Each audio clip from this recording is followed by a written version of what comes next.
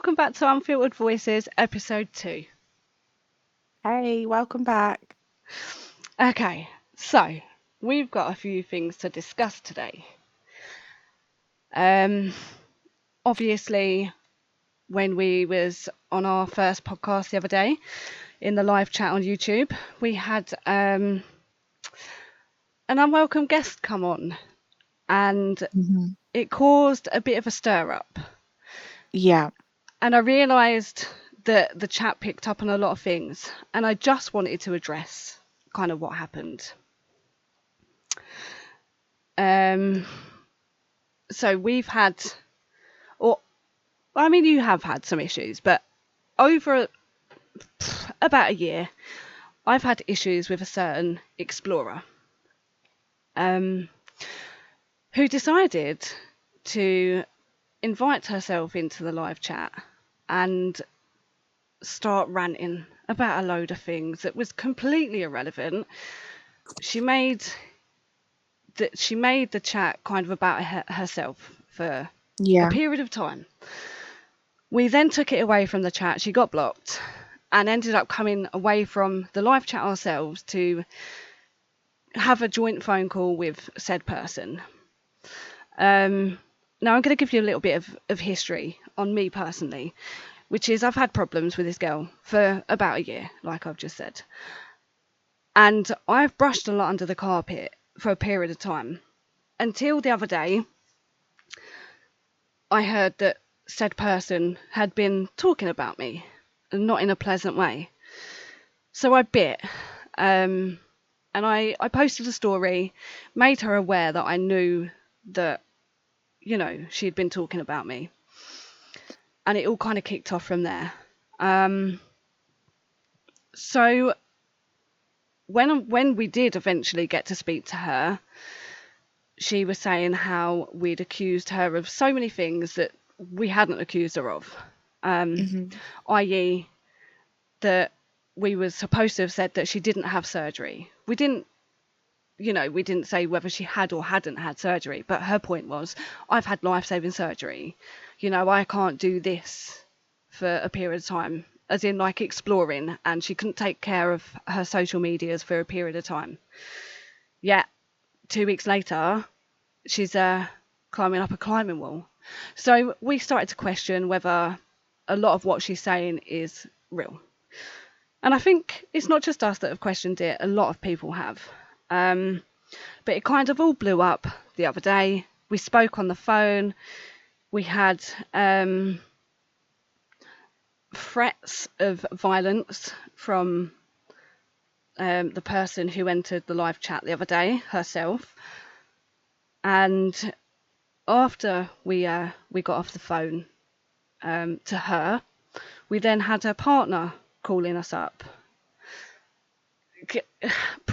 He was going off on one. Let's be honest. He was really he was gunning for us, to the Mm. point that he threatened myself, and then threatened to come and burn my house down with me and my children in it. And that's not acceptable. And I think actually that's quite disgusting. Now, I don't want to Mm. give these people the airtime, really, but I just wanted to kind of just like go through what happened so that people understood it a bit, because there was people confused in the chat, and they were saying about like, how can you be talking about somebody, no, how can you talk about mental health and how it affects people, and that, we should all talk and everything else. However, this person that we are talking about, like I've said, has been slagging me off for the best part of a year. And I feel like I've brushed it under the carpet for so long, but I am going to bite. I'm only human. And it got to the point where I was pissed off and I had to say something. And that's Yeah. where we're at. So it's nothing to do with anyone's mental health, because let's be honest, over this past year, do people not think that this person has affected my mental health? Like, Yeah. things that they've said, has it not affected me? Of course it has.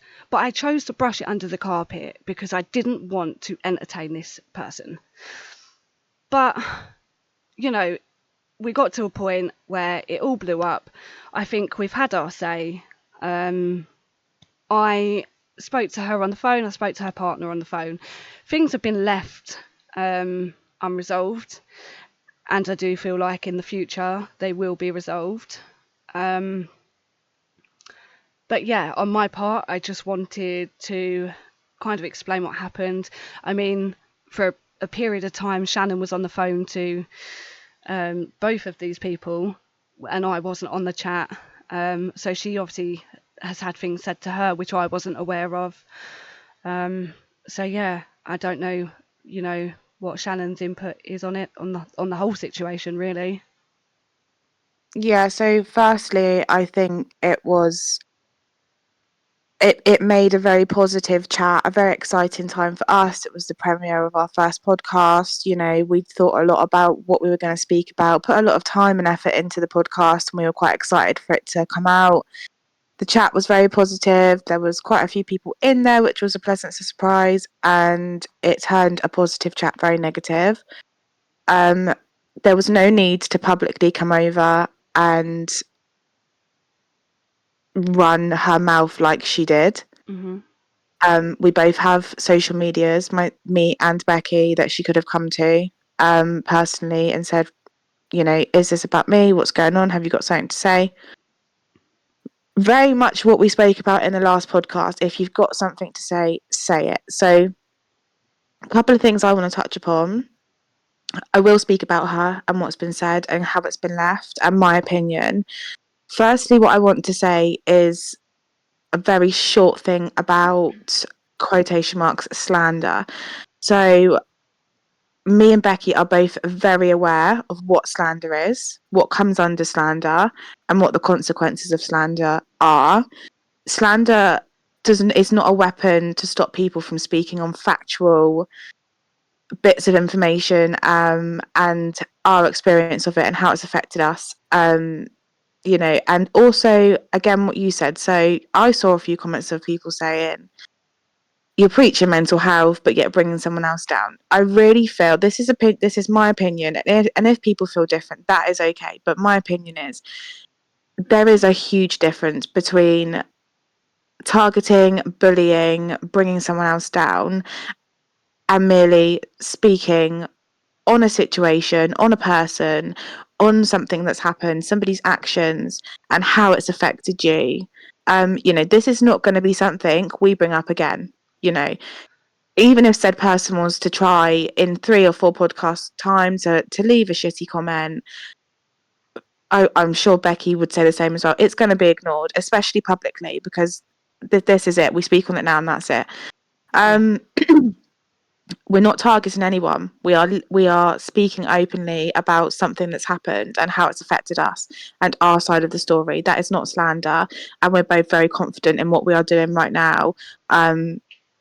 Is okay and doesn't come under that, because I know that is something that's been threatened by her and her partner, lawsuits, all that bollocks. It's not going to happen. This is not slander in any way, shape, or form. Yeah. So yeah, when the comment was put on, unfortunately, I did leave the chat because my mind was elsewhere. I was really enjoying speaking to you guys. So I left the chat. I went straight to her personal page. I sent her my mobile number. And I said, call me.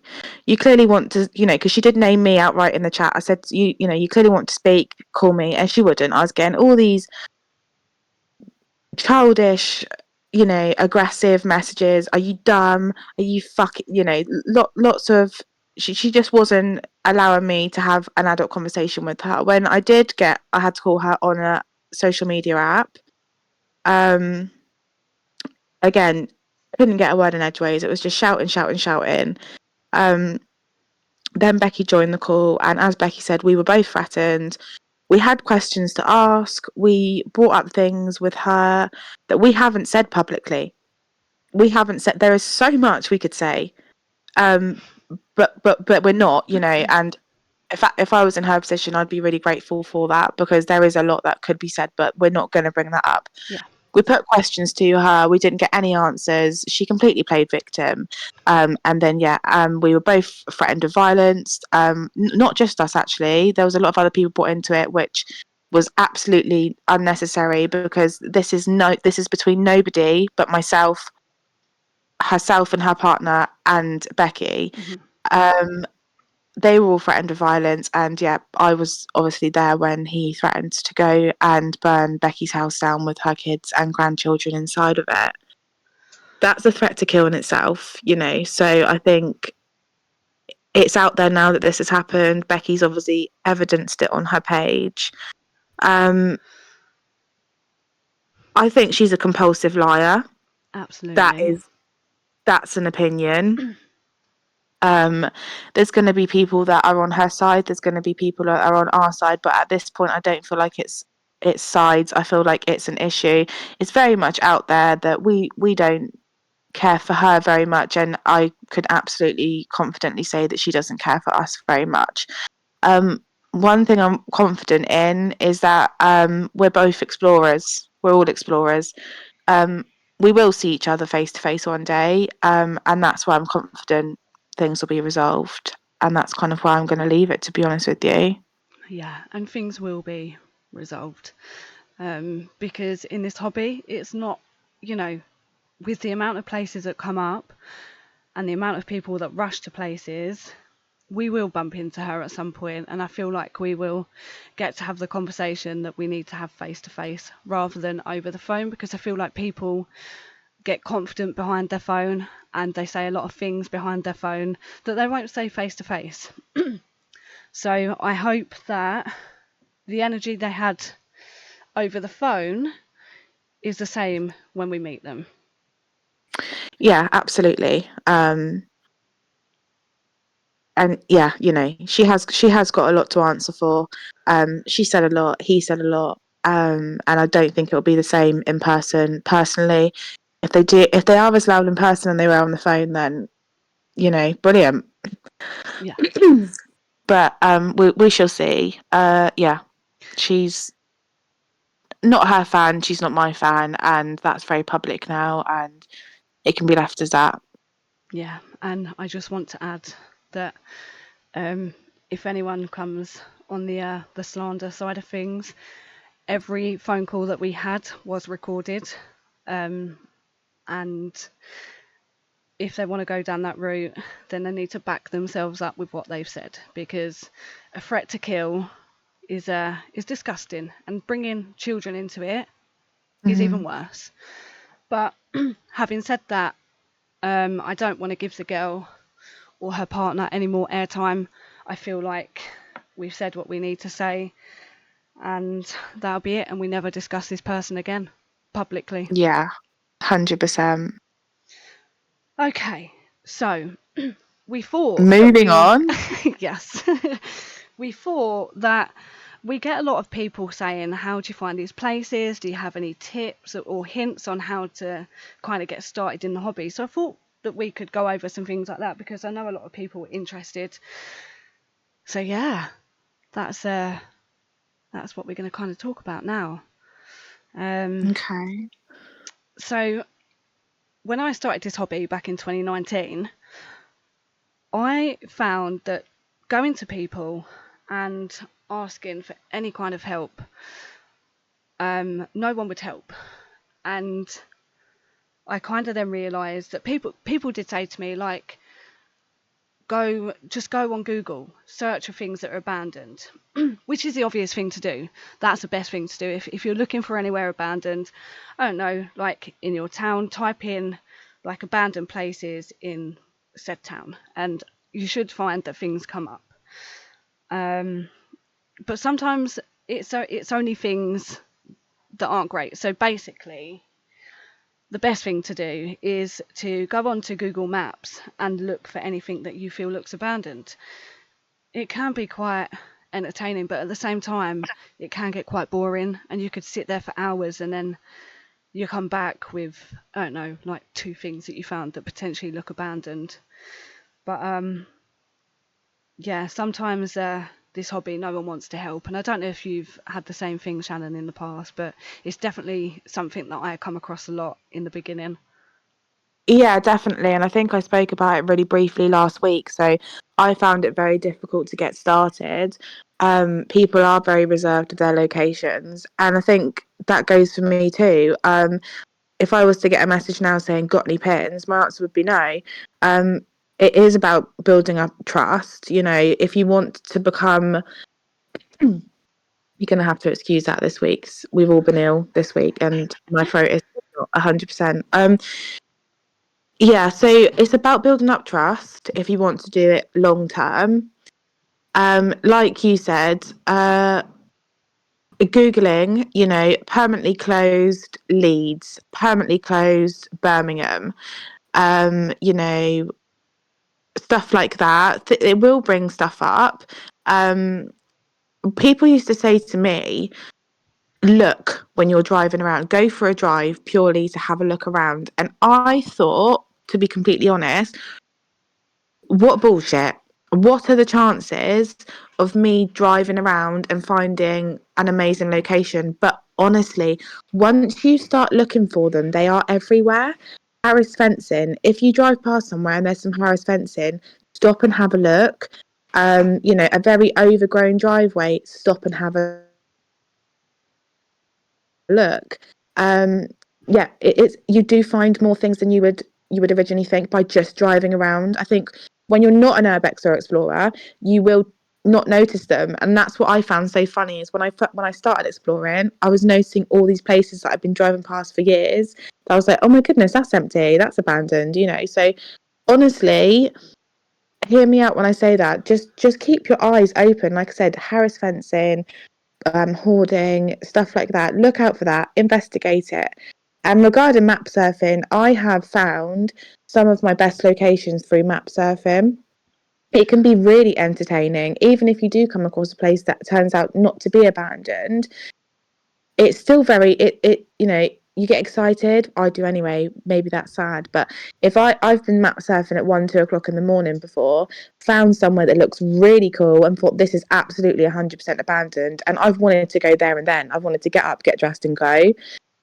So yeah, honestly, map surfing. So by that we mean choose a location. It can be local to it, might not be, or somewhere that you're planning to go.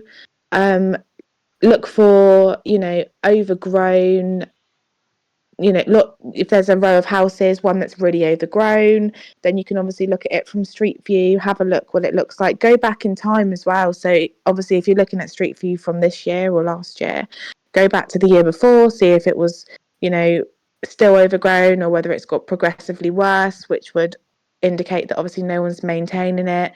Just stuff like that, really, and trying to build up trust with people. You know, maybe don't go in with have you got any pins, you know, build up that conversation with them. You know, how are you? Oh, you did this place, was it cool? What did you find anything really interesting inside there? You know, build up a relationship before you go straight in with asking for locations, because I think it's very rare you're going to get somebody pass you over something half decent by just purely coming out and asking for it. Yeah, I think trust is a massive thing in this hobby, isn't it?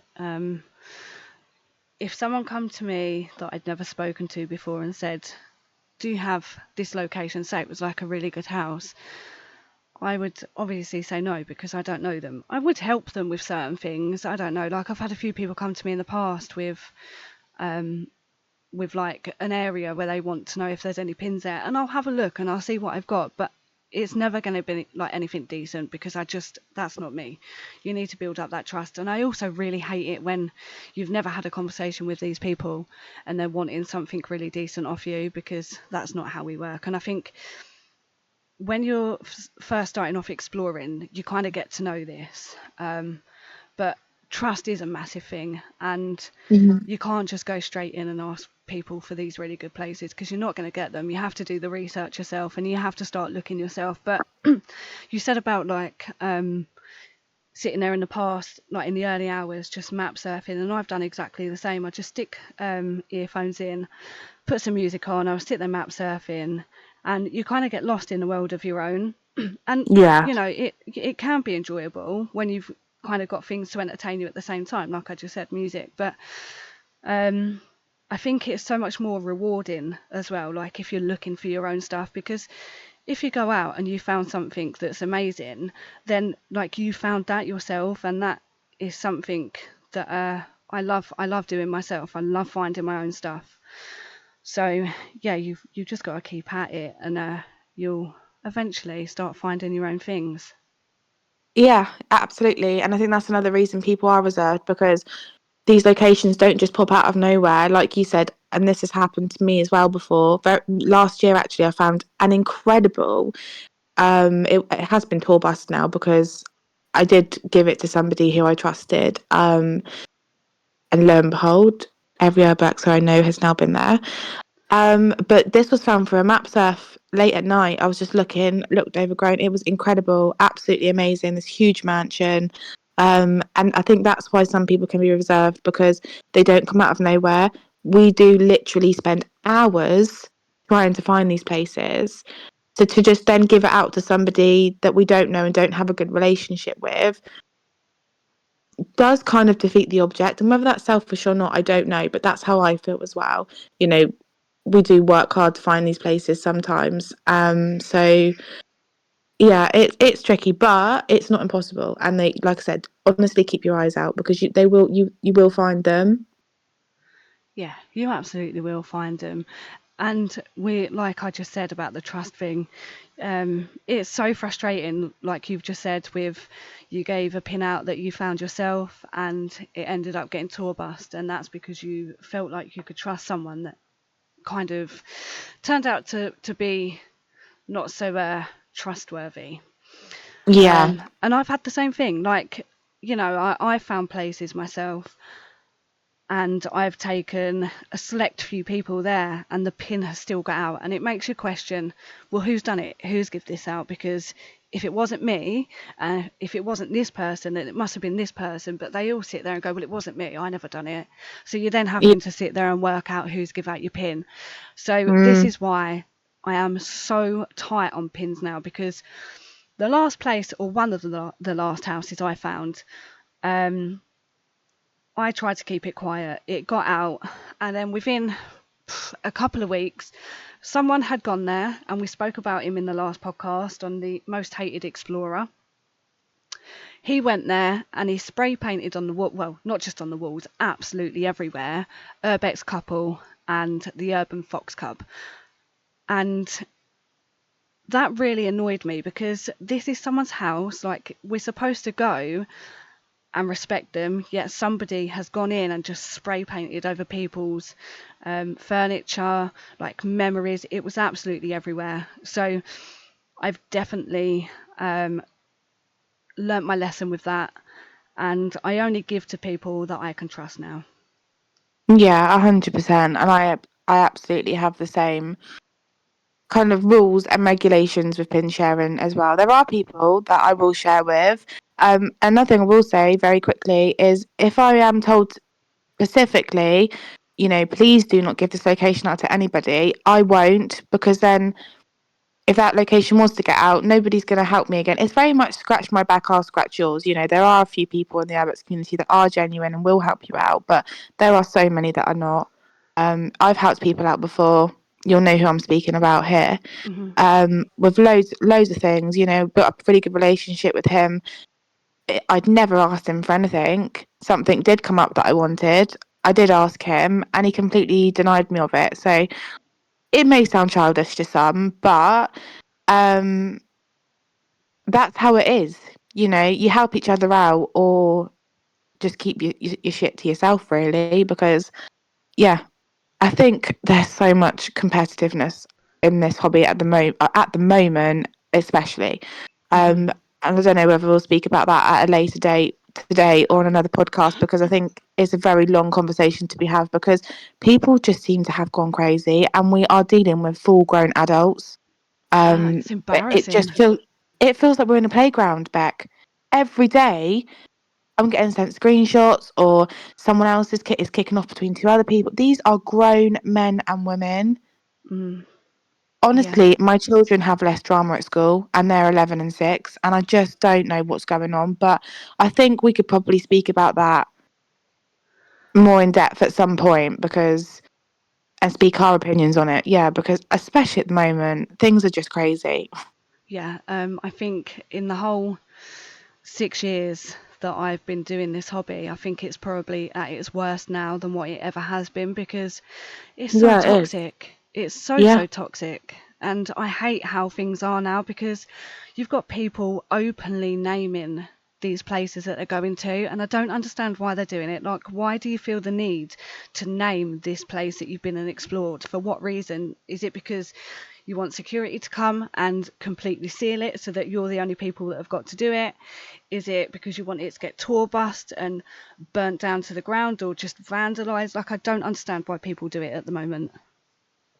No, and I think it used to be something that was very much kind of an unwritten rule. People wouldn't post, obvious photos of the outside of the building, or let alone the name, but I have seen so many quite well-known and big urbexes doing that at the moment, and I'm slightly confused on to why that is as well. My opinion is some of these people have the mindset of, I've done that now, let it get fucked over, let it get sealed, or like you said, let it get burnt down to the ground, because they don't want other people to do it. They know putting out these locations, they're going to get tour bust or they're going to get shut down fairly quickly as well. So I think that's why a lot of people do it, because they have the mindset of, I've done it now and I don't really care what happens to it.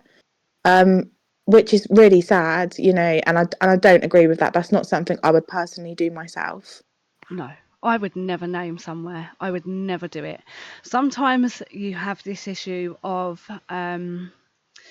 things can Google Lens, and I do try and check these things. And sometimes, we can accidentally leave things in our photos that we were supposed to take out, or we just completely forget that we took a photo of.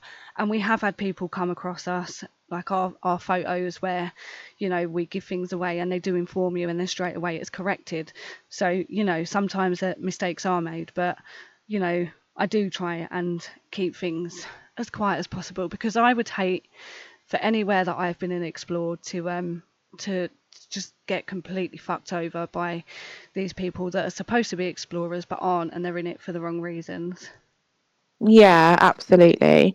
And I think it's sometimes about how at risk that building or location is as well. Um, if it's a very well-known location, um, I may be a little bit more lenient with what I post and, whether it Google lenses or not. But if it's a location that is at risk of getting vandalised, or it's a very clean and fresh location, there's not a chance on earth I'd be given the name out online, because, you have no idea who sees that. And I think most people that are doing it know what they're doing. They've been in the game long enough to know that that's very much going to be easily found and trashed within a week.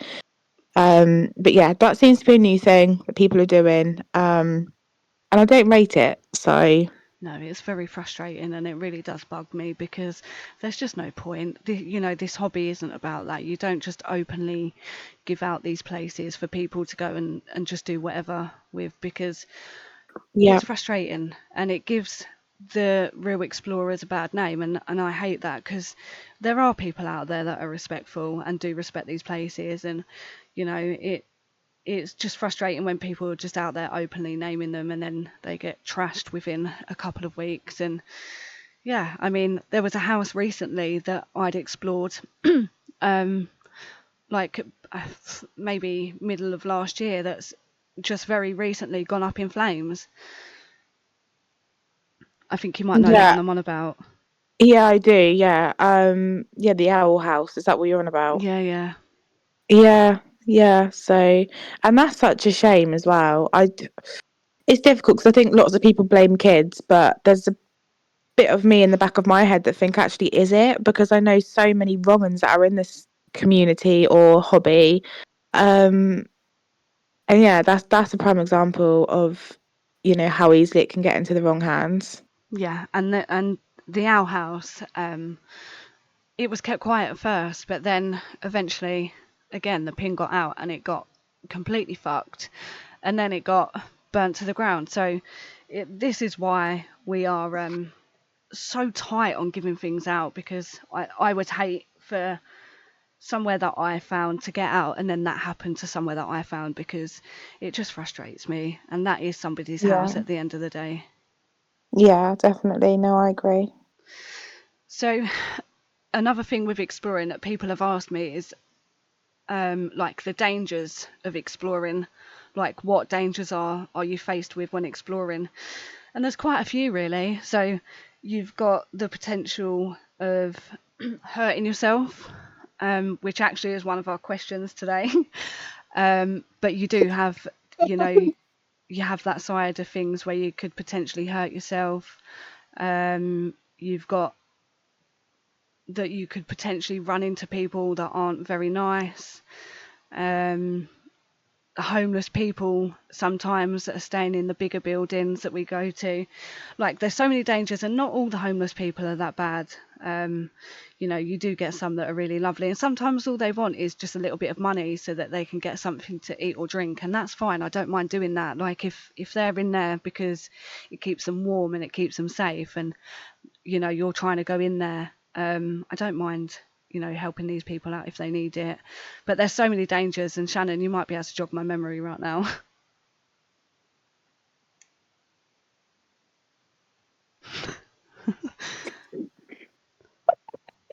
I don't know if she's having a coughing fit. I think she could potentially be having a coughing fit. She's not been very well this week. There's a few of We're them. gonna have. I hope Alfie can edit that out, but if we can't, then yeah. It's absolutely fine. It's one of them Um. things. So yeah, kind of red flags when exploring. So conditions of the building. So some buildings that we go into will have big red signs saying unsafe structure, enter at your own risk of death. So I think that's something that we always know. I have stood on a floor, a first or second story floor of a building before, and it's felt very soft. And I thought, I'm not sure about this. So I think if you're ever unsure, don't do it. It's not worth your life. No location or building is worth your life. Yeah. I've heard stories, of, like you said, very nasty neighbours or nasty people. I always seem to hear the stories of nasty farmers. So if it's like a lovely farm time capsule, or that farmers are really aggressive, and all these horror stories. But it's never personally happened to me. Another red flag, I think, like we've just said about map surfing, it's checking places sometimes makes me so nervous, because believe me when I say this, some places can look 100% abandoned. Undoubtedly, that is uninhabitable. Nobody lives there, and they do. And it's Mm. often, if I am slightly unsure, I will knock and I will make up an excuse if somebody answers and I'm like, oh shit, someone actually lives here.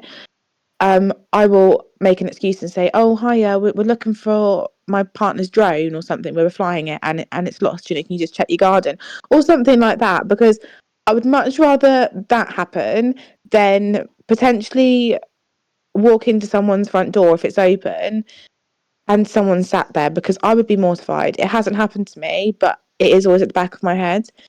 So I think, that's a red flag for me, is sometimes checking places and being unsure. So Yeah. yeah, it's difficult. I think you always risk assess on your own back. If you are unsure, don't do it. Come back another day, see if anything's changed. Yeah. I Or tend to sorry, I tend to, if we find somewhere that we're unsure of, I'll put something near the front door, and then I'll give it yeah, like maybe a couple of weeks, and then I'll go back and see if see if whatever I've left there has moved. Because yeah, if it's moved, then it's probably that somebody does live there and it's lived in. If it's still there, then I will investigate further. But I also do use the drone excuse if I'm having to knock, because I feel like that's the only thing that you could really knock on someone's door for. If you're saying, I've lost my drone, it says that it's around this area. If you see it, can you just let me know? And yeah. I just leave an email address if they want it. So yeah, I do that as well. I have. I've done the excuse I've lost my dog as well before, but I just felt that, I don't know, that I was pushing my luck a bit with that, because some people would look at me as if saying, why would your dog be in my garden that's got 6-foot fences around it? But Yeah. yeah. And also checking bins as well. Hear me out, Yes. okay? If there is a pizza box in that bin with last month's date on it, I'm staying clear, okay? Because to me, that's too recent and someone's probably living there. Yeah. I found somewhere on maps and I went and checked it at the beginning of last year and it was so overgrown. Um, and I was convinced when I got there that it was abandoned. However, there was a car on the drive. We'd looked around the house, not inside the house, but outside, like the house, for probably a good 10 minutes, just trying to assess whether we thought somebody lived there. And we couldn't quite work it out. So I'd done a MOT and tax check on a car that was on the drive, and it actually showed that it was still taxed and MOT'd. So I left that place very quickly because that is also like maybe an indication that it can look abandoned, the house, but if there's a car on the drive that's got tax and MOT, the chances are that it's not. Yeah, and you would be so surprised at some of the states that people do live in. Um, like I said, you could be 100%, like 99% sure. Yeah, this has got to have been abandoned. Nobody can live here, and there'll be a little old lady that does or something. Yeah. Um, so always be cautious. Yeah. That I honestly, that is the biggest fear of mine in this hobby, that I never want to walk into a house and someone sat there, especially like an elderly person, because if these places look abandoned but they're lived in, if the windows are open to like an explorer, you'd think, okay, great, there's access. And then you could go in and actually it's not abandoned and there's someone sat there. And that's like a massive fear of mine. I don't ever want to walk into somebody's house whilst they're sat there and scare them, um, because you're not supposed to be in there. And if they're elderly, I can only imagine how scary that must be. And that really, really is something that I'm so scared of. Yeah, I know we've spoke about this before, and you've said the same. Hopefully, it will never happen because I think we're quite sensible um, with assessing places. But yeah, I would be mortified, Beck, if that happened to me. I really would. Yeah, yeah. I mean, we've been to a few places now that really do look abandoned, and like you've just said, it's a case of knocking on the door, and we've done that with one house we come across, and there was a couple of old cars on the drive, and we went to the front door, and there was a pane of glass missing. So we had to look through the letterbox. We couldn't hear anything, like there was no signs of any radio or TV on. um, Ricky went round the back, and then there was a window open around the back, but he come to the front to come and like tell me that there was a window open. And in that time, I'd knocked on the door, and this frail old man just come to the door, and I was so shocked that someone was living in them conditions. And Yeah. Ricky spoke to him, like we had a conversation with him. We made sure he was okay, and Ricky just made out that we was there to look at the cars to see if the man was selling them, to which he replied no, which is fine because obviously we didn't want the cars. It was just an excuse to kind of make conversation with him, so he didn't kind of feel alarmed or distressed or anything. So yeah, we ended up having like a nice conversation with this man, but it does make me question a lot of places that I go to, because that's just one example. There's so many times that we've knocked on the door, and people have come to the door, and I thought, God, like it's very sad to see the state that some houses are and people are living in them. Yeah, no, I agree. Definitely. So Moving on to go on. hurting yourself. Have you ever hurt yourself, Beck? So that is one of our questions. So we can answer that now. Um, there has been a few times that I've hurt myself. I wouldn't say like massively hurt myself, but it was at the very beginning really that I'd kind of done it. And one of the times I was jumping through Harris fencing, and I got my ankle caught. Sorry, I went to hiccup. I got my ankle caught between two of the fences, and quite as I jumped down, my ankle was still twisted in the fence. Oh, Luckily, I didn't do anything serious to my foot, but it was massively bruised for a good couple of weeks. And then also, a house that we explored. It was a bungalow. It was very, very rotten, and I was walking across the floor, and I went through the floor, but luckily the drop wasn't massive because, like I said, it was only a bungalow, but it was enough to make me fall back. But that's pretty Yeah. much it. I don't really hurt myself. There's been the odd time I've cut myself on glass, or I've put my Yeah. hand on a nail. I've stepped on a nail before. Luckily, it didn't go through my foot, but it kind of just pierced the skin a little bit. But that's really it. I've never seriously hurt myself. No, I think I would call myself more of a cautious explorer, because I people sometimes will just walk straight in and I'm like, no, the floor looks like this. But I did really hurt myself last year just before Christmas, and Becky was right on the end of the phone, and it actually really threw me. And I know that sounds so stupid, but for weeks after, I wouldn't do anything. I was out exploring, but I wouldn't climb a tiny wall, or I was second guessing, like even walking in the dark, I thought, is there a hole? Or am I gonna step, like it really threw me. But it was a hospital, and you had to do a bit of a climb to get in there. Now I don't really mind climbing. I will give it a go. Um but yeah, so I mean Becky had done this explore on a different occasion. So what are we saying it was, Beck? A second story window? Yes. Right, so there was objects to help you get up to this second story window that had no glass in it. So I got up to the second story window. My partner was already in there. He was kind of hanging out, trying to get put his arms out. I got to the window. I was on the window sill, like the window ledge, which was concrete. Literally had one leg in, and I can't for the life of you, for the life of me, tell you why, but I just fell backwards. I think it was whatever I had used to climb up gave way underneath me, but I was already in at this point, um, and startled me, and I just fell back. And it was quite a drop, to be honest with you. I did drop onto grass, luckily, and I fell straight back. Um, but honestly, it happened so quickly. But in my head, it felt like it took 5 minutes for me to get to the floor. When you're dreaming, I don't know if you've ever had it, and you feel like you're falling in slow motion. Yeah. That was what I was doing. Obviously, my partner rushed straight down, but it's not an easy way out, is it? He had to go through corridor to corridor, and Yeah. and he comes straight out and got me. But yeah, I stood up, and I wasn't hurting at this point, but it was adrenaline. It was a hard fall, and I knew there was going to be some damage somewhere. So he'd managed to open a fire exit, because obviously he was already inside the building. Got into this building, stripped completely naked. Becky's on the phone. I'm crying my eyes out. And I just thought, she's like, "Are you in?" And I'm like, "Yes, but I fell. I've fallen." She was like, "Oh, you okay?" I stripped completely naked, because obviously I didn't know if I'd really cut myself, whether I'd fallen on like a nail or anything.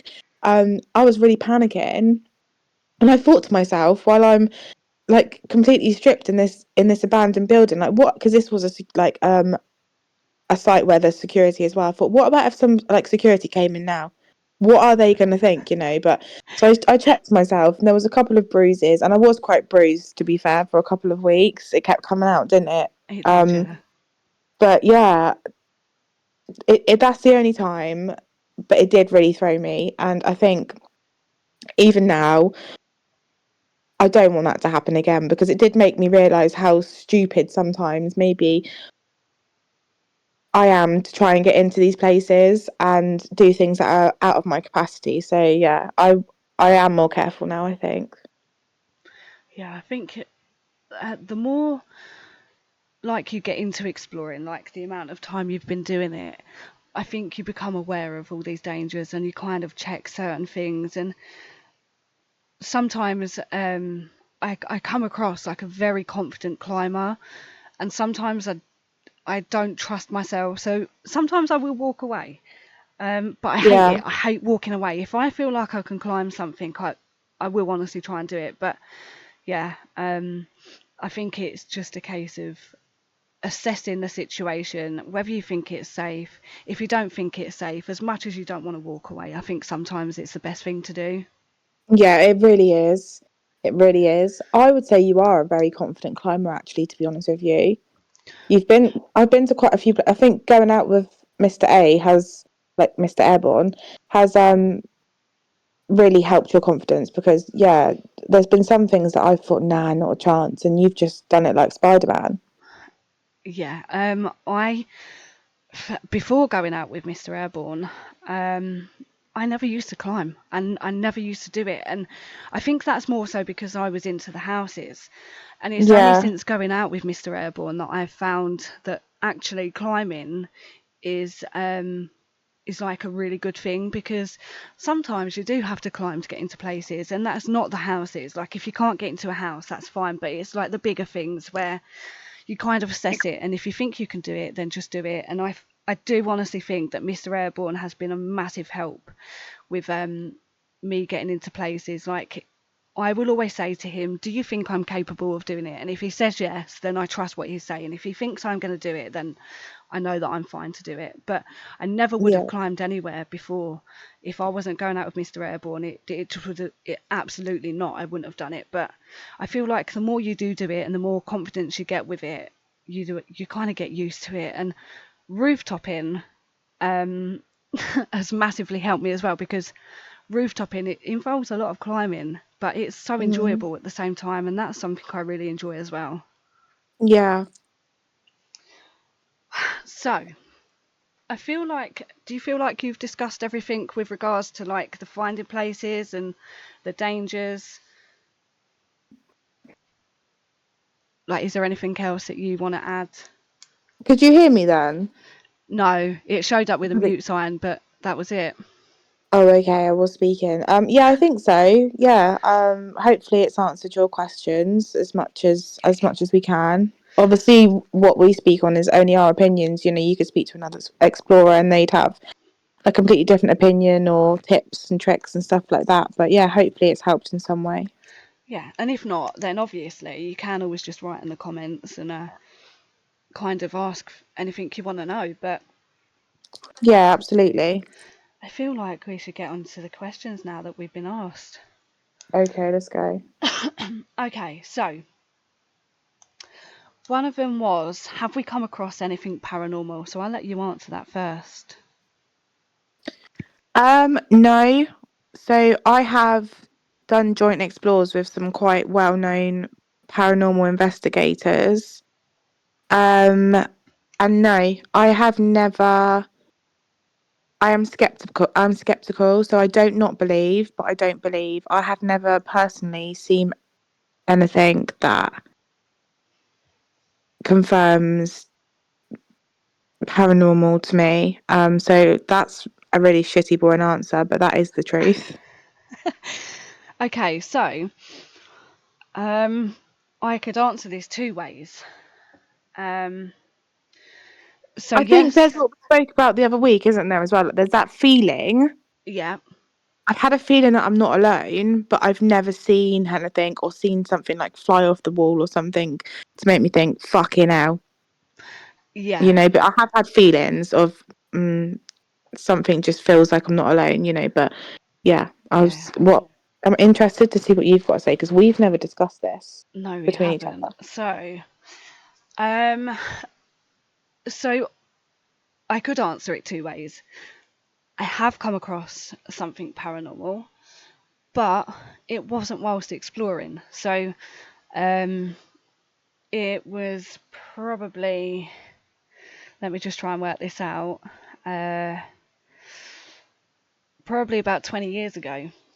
Um, I was fast asleep one night and for some reason just woke up out of nowhere. And I had a dressing table at the end of my bed which had a mirror on it, which when I was laying in bed I could see the doorway. Um, and yeah, I woke up out of nowhere and I looked in that mirror. Something was telling me look in the mirror, which I did.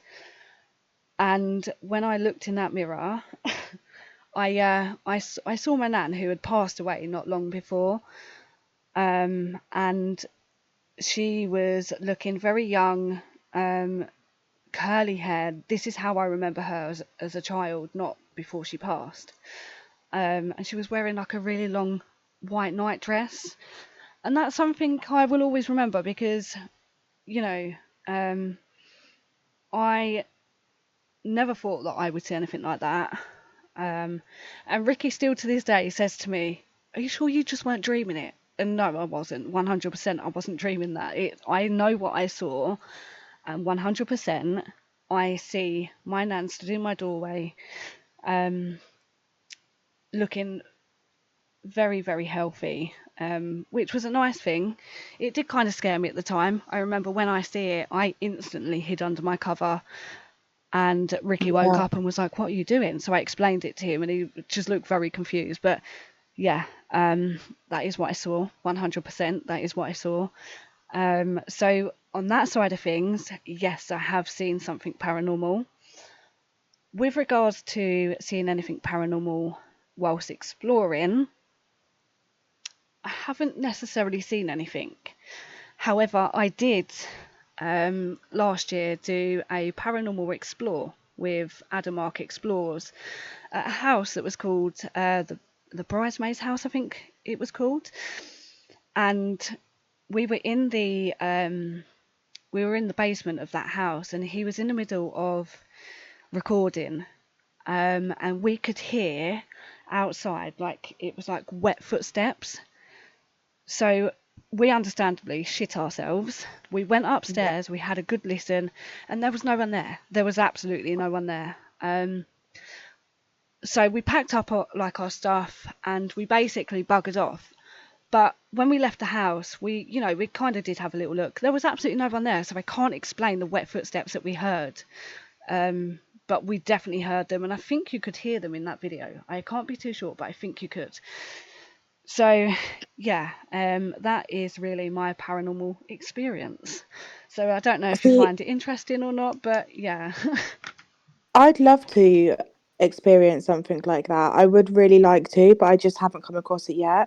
I do think I've had a bad experience because when I've been, this is not naming anyone and I shan't be naming anybody because there's been multiple paranormal investigators that I have been out with, but I did go out with um, a paranormal investigator maybe just over a year ago, um, or maybe a little bit longer than that. And they, I'm being very careful here not to say he or she, they made me sign a waiver to say that any kind of basically anything that happened on that investigation, I was not to speak about. So that involved things like, did you hear that knock? And obviously the knock was made by somebody else. So I have seen it be faked very much in front of my eyes. So Yeah. now I feel like I'm always debunking these theories, but I do think there's something because maybe I can speak about this at another time. But Leo, my eldest, my son,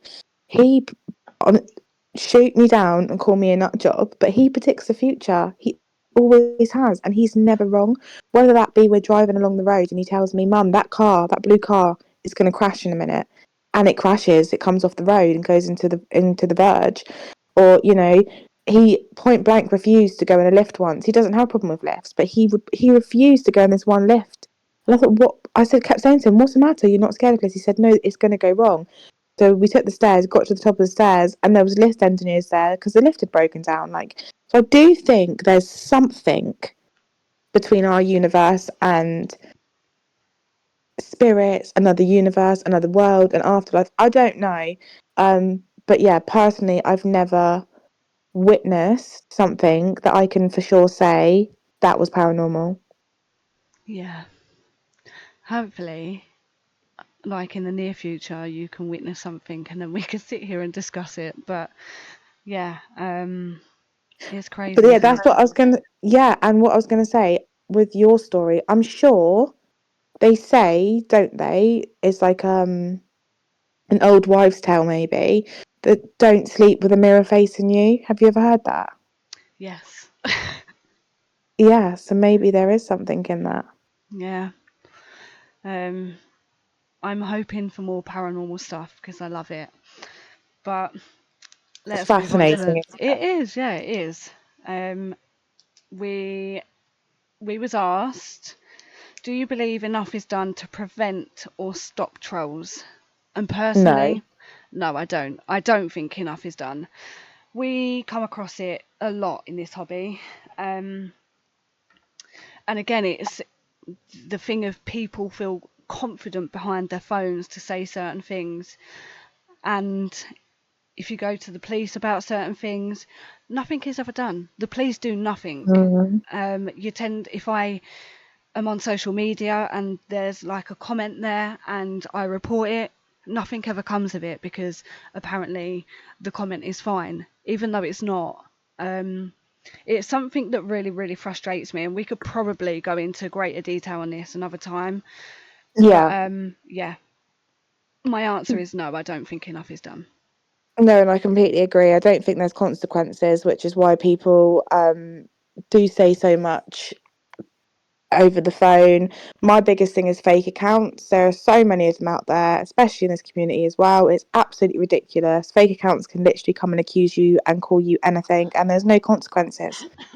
Um, People have literally committed suicide because of online bullying and trolls. But yet there is still nothing And put it's in sad. place. It's Yeah, sad. it is sad because I'm talking about children as well. Mm, Like you said, I think we'll have to go into it at a later date, but social media is such a big world out there. When it does get to the point that your child, whatever age they are, is introduced to that, there is so much pressure, and so much that they can be exposed to. Yeah, it's a big issue, and it's not addressed enough. yeah, it's really not, and it's so frustrating. But I feel like it is something that we could discuss a lot more in another podcast because there's so much we could say about it, and we are very, very limited for time right now. So I'm going to get on to the next question because I don't want to go over the hour mark, which was Gemma's question. And she said, if you could go back in time, is there anywhere you'd love to go back to because you miss so much or you wish you had been able to explore? And for me, um, yes, I wish I could go back somewhere because I miss so much. And that was a hospital that was going around last year. We went to it, got caught pretty quick by security, um, and we missed so much of the hospital because it was massive. There was so much there. And I really, really, really wish that I could go back and do it all again and go to the bits that I probably wanted to see more than I did what I did see. So yeah, that's my answer. Yeah, and I think we spoke about this briefly, didn't we, before? And mine is pretty much the same, actually, about the same hospital. Me and Becky didn't go on the same occasion, but we were caught quite quickly too. Didn't I really wanted to see the theatre? I didn't get to. And also, I think we were looking for the morgue, weren't we? We was We were, discussing trying to find the morgue, and didn't get to do that either. And I know there was so much in that hospital as well. So yeah, a bit gutted about that. yeah, Um, that was but yeah, frustrating. Okay, so the last question is, which I'm really going to rush through, is have we ever been arrested or charged? And I think that's to do with exploring. It doesn't state whether that's just in general or exploring. But with regards to exploring, no, never been arrested, never been charged, and never been really never had police come and find us apart from a couple of occasions, but they're generally fine. yeah. So yeah, same for me. I've never been arrested. Um, Inside or outside of exploring, never at all been arrested. Never been detained. Exploring is a civil trespass matter, and it's not illegal. So yeah. Yeah. So we've rushed through them last questions, but we can also discuss them another time if people want them answered in greater detail. But we have uh, we have pretty much come to the end. Yeah, that was really quick. It did go really quick, didn't it? And I've really enjoyed it. Obviously we got the negative start, but it did end up being positive. And I hope that our chat this time remains positive, and I enjoy you all coming on and talking. It's nice to talk to you all. And again, like I Mm. said, on our last pod, like if there's anything you want to ask, please do it. Like if there's anything you want to want us to talk about in greater detail, then just put it in the comments and we will do our best. Yeah, definitely. So sure there'll be lots of fun things to speak about next time, and yeah, I hope you all enjoyed it. And yeah, we'll speak to you next time. Okay. Thank you, everyone. Bye. Bye.